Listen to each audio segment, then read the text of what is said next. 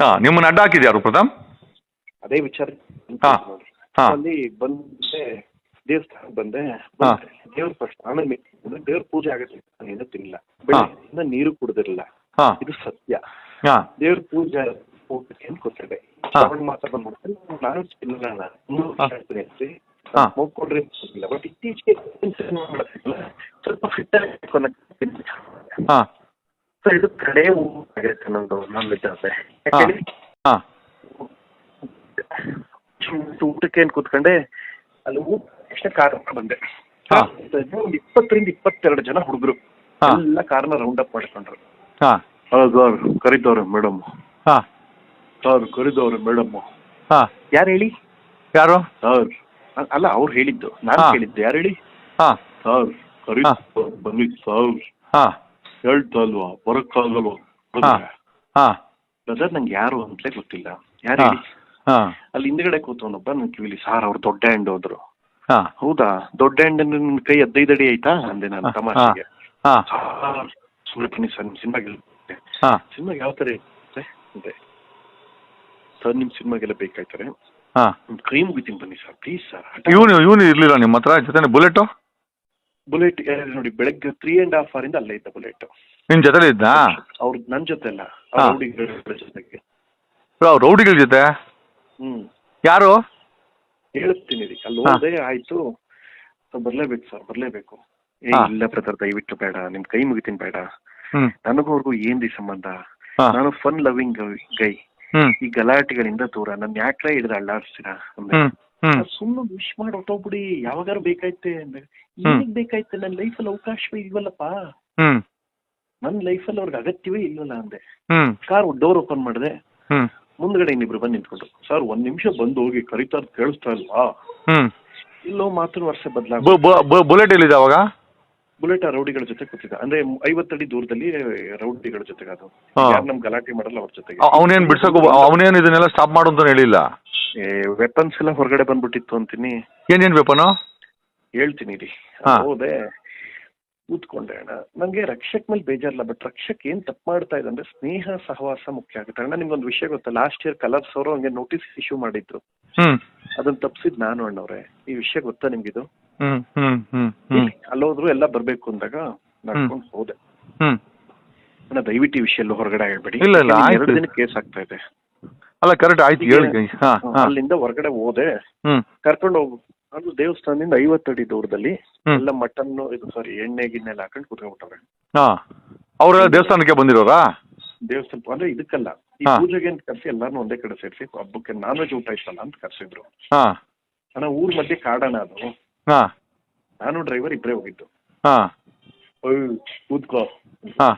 ನನಗೆ ಯಾಕೆ ಹಿಂಗ್ ಮಾತಾಡ್ತಾ? ಈಗ ಯಾರು ಗೊತ್ತಾಗಿರೋರು ಹೇಳಿದ್ರೆ ಕೇಳ್ತೀವಿ. ಪ್ರಥಮ್ ಕೇಳಮ್ಮ ಅಂತ ನೀವು ಹೇಳಿದ್ರೆ ಕೇಳಿಸ್ಕೊತೀನಿ.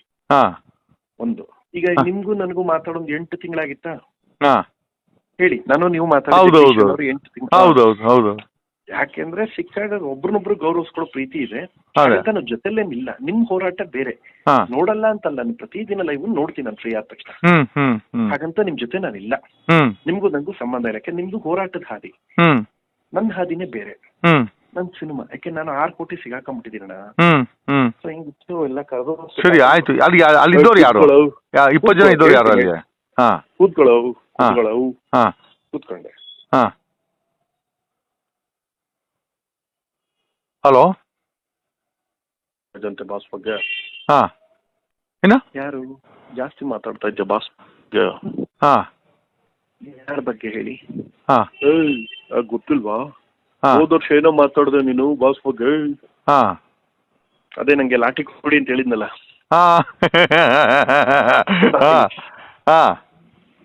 ಸರ್ ಕರೆಕ್ಟ್ ವಿಡಿಯೋ ನೋಡಿ, ವಿಷಯ ತಿಳ್ಕೊಳದೆ ಮಾತಾಡ್ಬಿಡಿ. ಫುಲ್ ವಿಡಿಯೋದಲ್ಲಿ ನಾನು ಹೇಳಿದ್ದು ಅಷ್ಟೇ, ಪ್ರಾಮಾಣಿಕಲ್ಲ. ಅದೇನಾಯ್ತು ಕೇಳ. ಹಲೋ ಹಲೋ ಹಲೋ ಕಟ್ ಆಯ್ತು. ಹೇಳಿ, ಈಗ ಕೇಳಿಸ್ತಿದೆ. ಹಿಂಗಾಯ್ತು, ಅವರೆಲ್ಲ ಸುತ್ತಾಕೊಂಡ್ರು. ಸರ್ ನಾನೇನು ಹೇಳಿಲ್ಲ, ನೀವೆಲ್ಲ ನನ್ನ ಯಾಕೆ ಕೂರಿಸ್ಕೊಂಡಿದ್ರೋ ಗೊತ್ತಿಲ್ಲ. ಇದೆಲ್ಲ ನನ್ನ ಜೀವನದಲ್ಲಿ ಹೊಸ್ತು.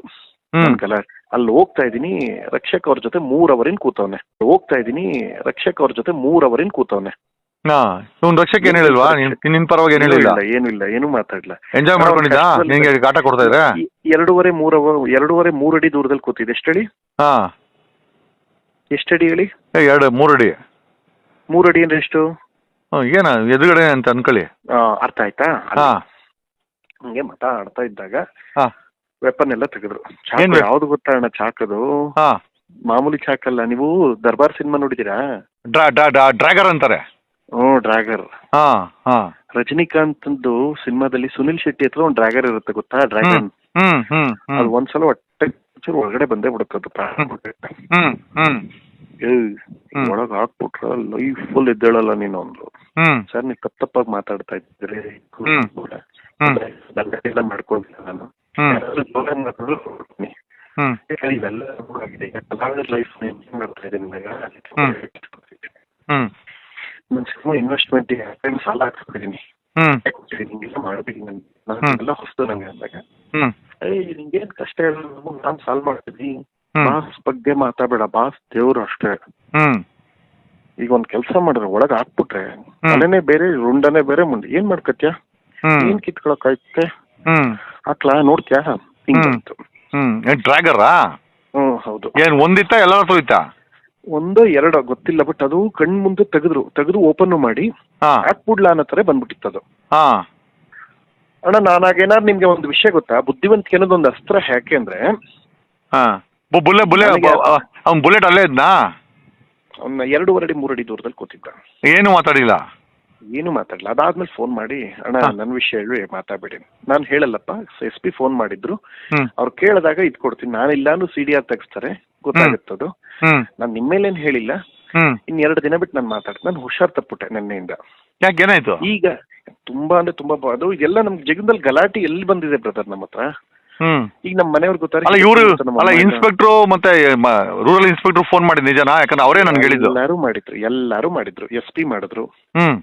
ಸಾದಿಕ್ ಪಾಷಾ ಅಂತ. ನೀವೆಲ್ಲ ಅನ್ಕತ್ರಿ ಎಲ್ಲಾ ಪೊಲೀಸ್ ಕೆಟ್ಟವ್ರು.